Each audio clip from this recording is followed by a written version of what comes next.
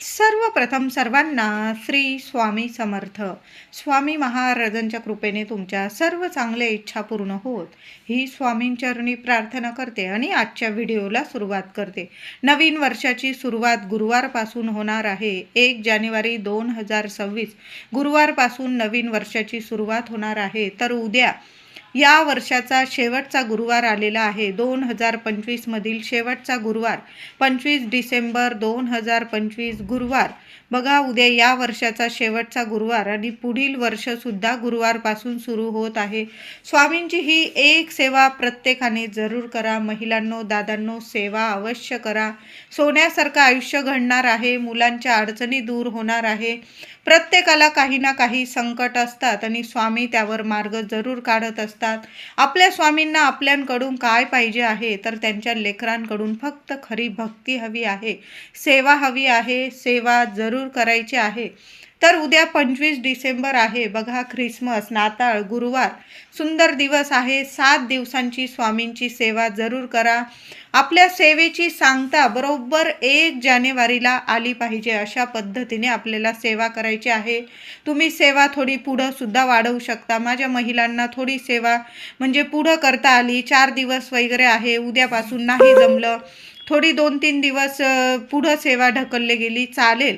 पण बघा, सोन्यासारखी सेवा आहे, जरूर करायची आहे. आता कुठलीही सेवा करताना संकल्प जरूर करून घ्या. आता तुम्हाला नाही संकल्प करायचा आहे, तुम्ही फक्त सेवा करणार आहात, तर तुम्ही तसंही करू शकता.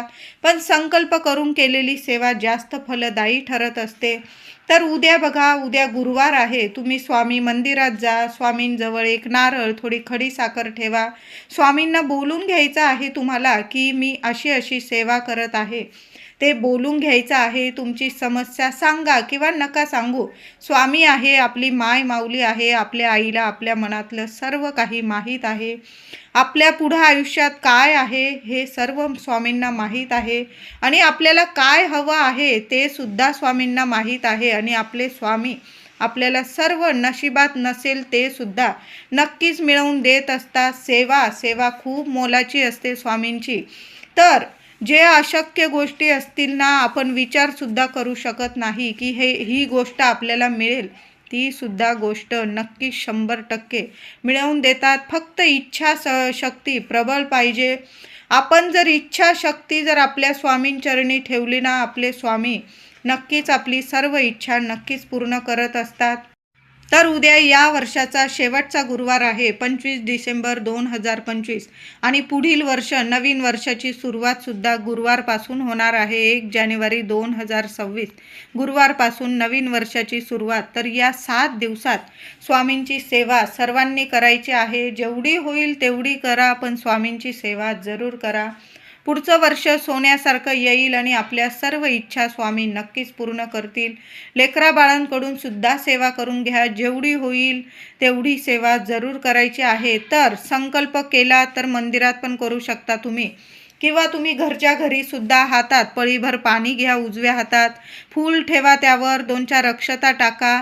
तुमचं नाव बोला, गोत्र बोला आणि तुम्हाला स्वामींच्या चरणी कोणती सेवा तुम्ही स्वामींची करणार आहात ते स्वामींच्या चरणी बोलून घ्यायचं आहे. पाणी तांबण्यात सोडायचं आहे. झाडाला तुम्ही पाणी घालून दिलं आणि लगेच सेवेला लागलात तरीही चालेल. तर आता सेवा काय करायची, तर 7 दिवसात 7 श्री स्वामी चरित्र सारामृताचे पारायण करायचे आहे. 1 मांडी करत असाल, 21 अध्याय, 1 ते 21 अध्याय 1 मांडी पारायण होत असेल तर जरूर करा. आता लहान लेकरं आहे, नाही 1 मांडी पारायण करता येत, तर महिलांनो काय करायचं आहे, माझ्या दादांकडून होईल तर जरूर करा. दादांनो, 1 मांडी 1 ते 21 अध्याय सोन्यासारखं आयुष्य घडणार आहे. जे काही दुःख असेल, दारिद्र्य असेल, चिंता असेल, स्वामी आहे. पुढे काहीच अशक्य नाही. सर्व शक्य करून देतील आपले स्वामी. आपली माय माऊली आहे. आई आपल्या लेकरांपासून कधीच दूर राहू शकत नाही. फक्त भक्ती आणि सेवा खूप महत्त्वाची आहे. सेवा करून तर बघा, नाही तुम्हाला सर्व इच्छा तुमच्या पूर्ण झाल्या तर मला बोला. खरंच सांगते, सोन्यासारखं आयुष्य आपलं घडवून देतील आपले स्वामी. तर या 7 दिवसात एक मांडी स्वामी चरित्र सारामृताचं पारायण 7 दिवस लगातार उद्यापासून सुरू करा. उद्या एक पाठ करा. उद्या गुरुवार आहे, पहिला पाठ उद्या करा. सलग 7 दिवस असे 7 पाठ करायचे आहे, म्हणजे 7 पारायण करायचं आहे.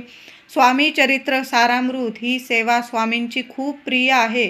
स्वामींचा आत्मा आहे ही सेवा, म्हणजे सर्वांनी जरूर करा. आता ज्यांना एक मांडी पारायण जमत नाही, मग काय करायचं? सकाळी 7 अध्याय वाचून घ्या. दुपारी 12 ते 12:30 वाजेला सेवा करू नका. ही दत्तगुरू महाराजांची भिक्षेची वेळ असते. या वेळात तुम्ही इच्छा मागू शकता, स्वामींकडे प्रार्थना करू शकता, तुमची इच्छा स्वामींना सांगू शकतात. पण या वेळेत सेवा करू नका. तेवढा अर्धा तास जाऊ द्यायचा आहे, मग तुम्ही दिवसभर केव्हाही सेवा करू शकता. सकाळी 7 अध्याय वाचा, दुपारी 7 अध्याय वाचा, पुन्हा संध्याकाळी दिवे लागणीला 7 अध्याय वाचा. एका दिवसात तुमचं एक श्री स्वामी चरित्र सारामृतचं पारायण जरूर होऊन जाणार आहे. असं 3 वेळासुद्धा तुम्ही पठण करू शकता. लहान लेकरं आहे, काही कारणास्तव तुम्हाला उठावं लागत असेल, एक मांडी पारायण जमत नसेल तर म्हणते मी, नाहीतर एक मांडी पारायण बघा 1 तास लागणार आहे तुम्हाला. जास्त वेळ लागणार नाही, लवकर होऊन जाईल तुमचं. लवकर उठून पहाटे उठून केलेली सेवा खूप प्रसन्न वाटतं. बघा पहाटे उठा. या 7 दिवसात करून तर बघा, जे मागाल ते नक्कीच मिळवून देतील. कठीण इच्छा नक्कीच पूर्ण होईल. कितीही कठीण इच्छा असू द्या, स्वामी आहे. 1 तारखेच्या आत तुमची सर्व इच्छा नाही पूर्ण केली तर बोला. एक मांडी पारायण करून तर बघा. संकल्प करून घ्या. संकल्प घरी करा किंवा मंदिरात करा. संकल्पयुक्त केलेली सेवा कधीच खाली जात नाही. 100 नाही 1000% फळ देऊनच जाते. स्वामींपुढं साकडं घाला, नमस्कार करा, मुजरा करा आणि स्वामी चरित्र सारामृताचा पाठ उद्यापासून सुरू तर करा. 7 दिवसात लगातार तुमचे 7 पाठ होऊन जातील. 1 ते 21 अध्याय रोज पाठ करायचे आहे, वाचायचे आहे. आता तुम्हाला रोज एक पाठ नाही जमत तर मग तुम्ही नित्यसेवा, आपण जशी नित्यसेवा करतो, रोज 3 अध्याय पठण करतो, वाचतो, तसं जरी केलं ना तर 7 दिवसात तुमचं एक पारायण तर पूर्ण नक्कीच होऊन जाईल. ज्यांना खरंच लहान लेकरं आहे, खूप काही कारणास्तव नाही तुम्हाला 1 ते 21 अध्याय पठण करता येत, त्यांनी नक्कीच 3 अध्याय रोज जरी पठण केलात तुम्ही. आता ज्यांना खाली बसून सुद्धा नाही पठण करता येत, वाचता येत नाही, त्यांनी खुर्चीत बसून घ्या. तुम्ही खुर्चीत बसून सुद्धा स्वामी चरित्र पारायण करू शकता. असं नाही की तुम्ही खुर्चीत बसून करू शकत नाही. खरोखर पाय नाही बसू देत आहे, त्यांनी खुर्चीत बसून जरी पारायण केलं ना, स्वामी आहे, आपल्या लेकरांना नक्कीच समजून घेतात. आसन घेऊन बसायचं आहे. खुर्चीत पण बसू शकता तुम्ही. ज्यांना खरोखर खाली बसता येत नाही, गुडघेदुखी वगैरे आहे, नाही बसता येत, बसलं तर उठता येत नाही, अशा व्यक्तींनी तुम्ही खुर्चीत बसून वगैरे सुद्धा पारायण करू शकता. आता जी व्यक्ती पारायण करते ना, काही नियमांचं पालन जरूर करायचं आहे. स्वामींची सेवा करताना साधे सोपे नियम जरूर पाळावे.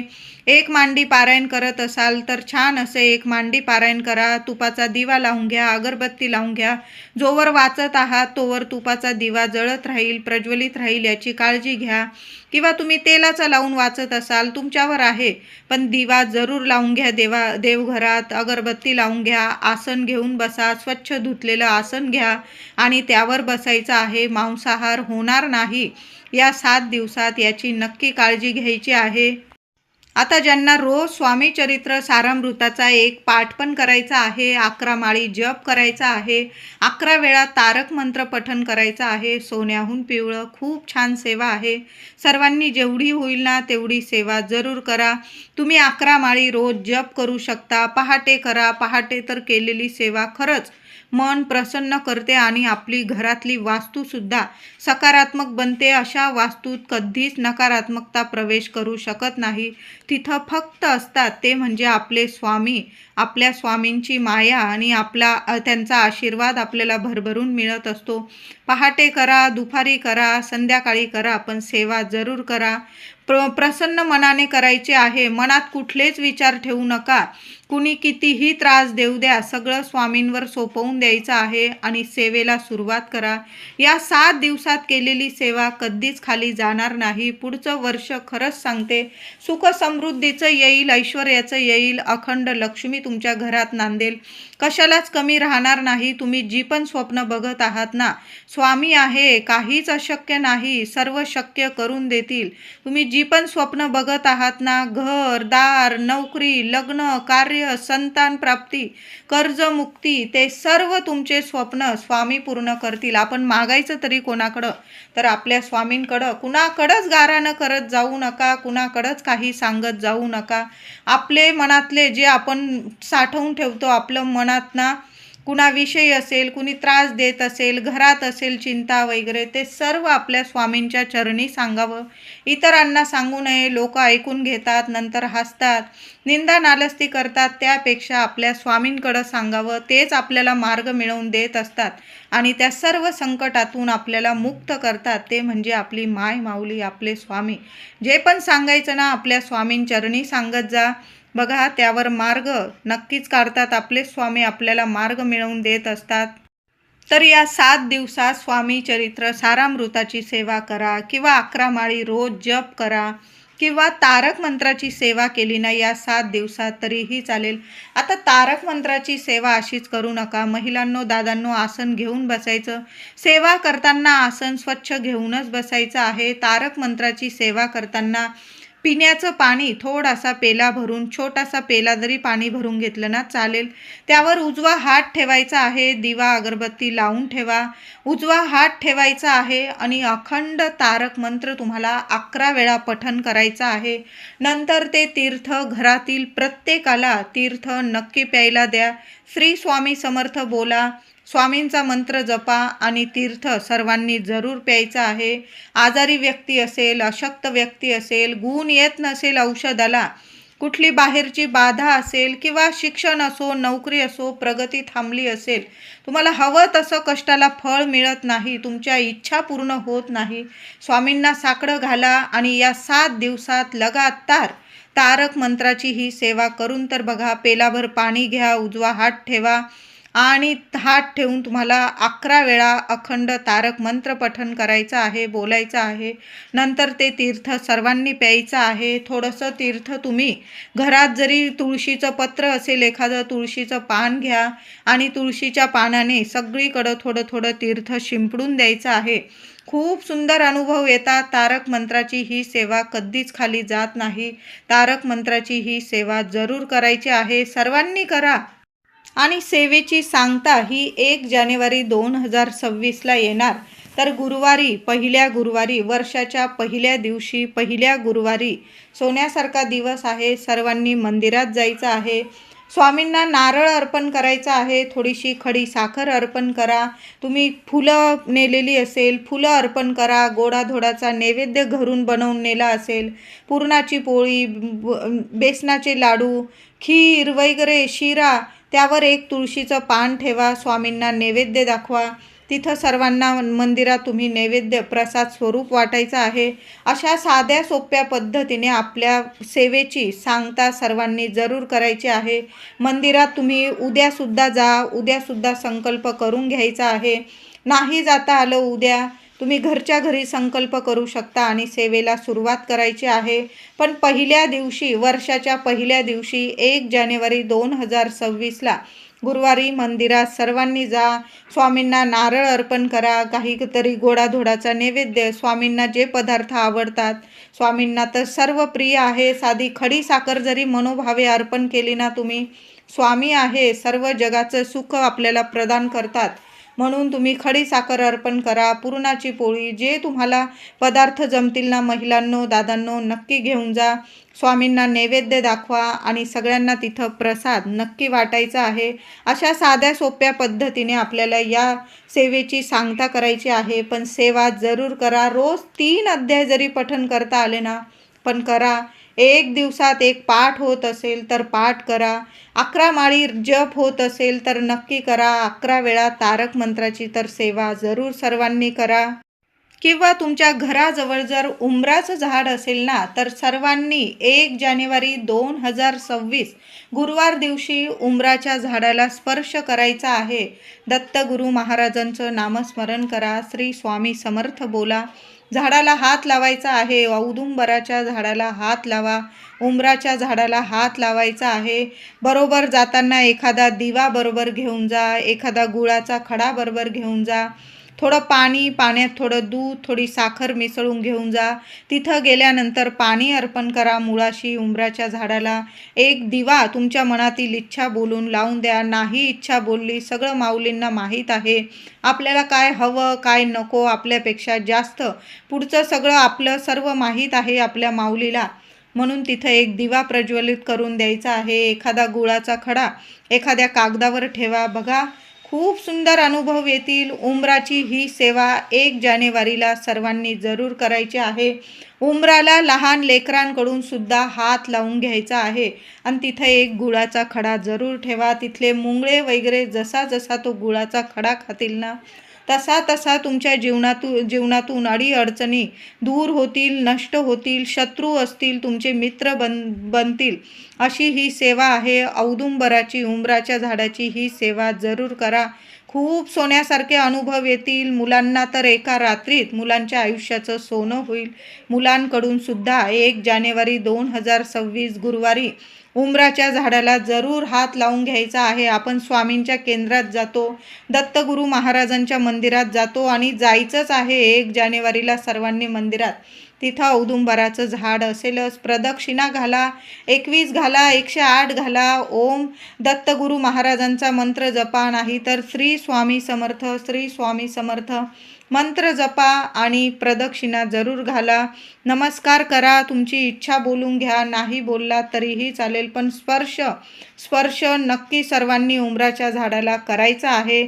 एखादी गाय दिसली तर पहिल्या दिवशी, वर्षाच्या पहिल्या दिवशी 1 जानेवारीला गाईला ताजी चपाती, तूप, गूळ लावून खाऊ घालायचे आहे. दत्तगुरू महाराजांचं नामस्मरण करायचं आहे आणि गाईच्या पोटाला हात लावू दिला गाईने तर नक्की हात लावा. बघा, 33 कोटी देवी देवतांची तुमच्यावर इतकी कृपा होणार आहे. स्वामी प्रसन्न होतील, दत्तगुरू महाराज प्रसन्न होतील. म्हणून गाईला सुद्धा नैवेद्य जरूर द्यायचा आहे. या 7 दिवसात किंवा पुढच्या वर्षापासून पहिल्या गुरुवारपासून किंवा आता उद्यापासून गुरुवार आहे, जेवढी सेवा होईल ना, गुरुचरित्र पारायण आपण करत असाल, एक पारायण तुम्ही केलं या 7 दिवसात तर अतिशय उत्तम. घरात वर्षातून एकदा का होईना श्री गुरुचरित्र एकदा का होईना आपल्या घरात पारायण जरूर करावं. नाही जमलं, तुम्ही श्री गुरुचरित्रातील 14वा अध्याय, 18वा अध्याय, 9वा अध्याय या अध्यायांपैकी एक अध्याय का होईना तुम्ही वाचू शकता. किंवा संक्षिप्त श्री गुरुचरित्र अवतरणिका पोथी तुम्हाला मिळून जाईल, आपल्या स्वामी केंद्रात मिळून जाईल, तुम्हाला पूजेच्या दुकानात मिळून जाईल. 7 अध्याय दिलेले आहे. हे 7 अध्याय रोज पठण करा. 7 दिवस रोज पठण करायचे आहे. तर तुम्हाला संपूर्ण श्री गुरुचरित्र पारायण केल्याचं फळ मिळणार आहे. 7 अध्याय श्री गुरुचरित्र अवतरणिका नक्की, संक्षिप्त स्वरूपातील श्री गुरुचरित्र अवतरणिका नक्की वाचा. खूप सुंदर अनुभव याने सुद्धा, या सेवेने सुद्धा आपल्या सर्व इच्छा मनोकामना आपले स्वामी दत्तगुरू महाराज नक्कीच पूर्ण करतात. कठीण इच्छा आपली नक्कीच पूर्ण करतात. सर्व समस्यांमधून मार्ग नक्कीच मिळवून देतात. व्हिडिओ आवडला असेल तुम्हाला तर लाईक करा, शेअर करा, चॅनलला नक्की सबस्क्राईब करा. धन्यवाद.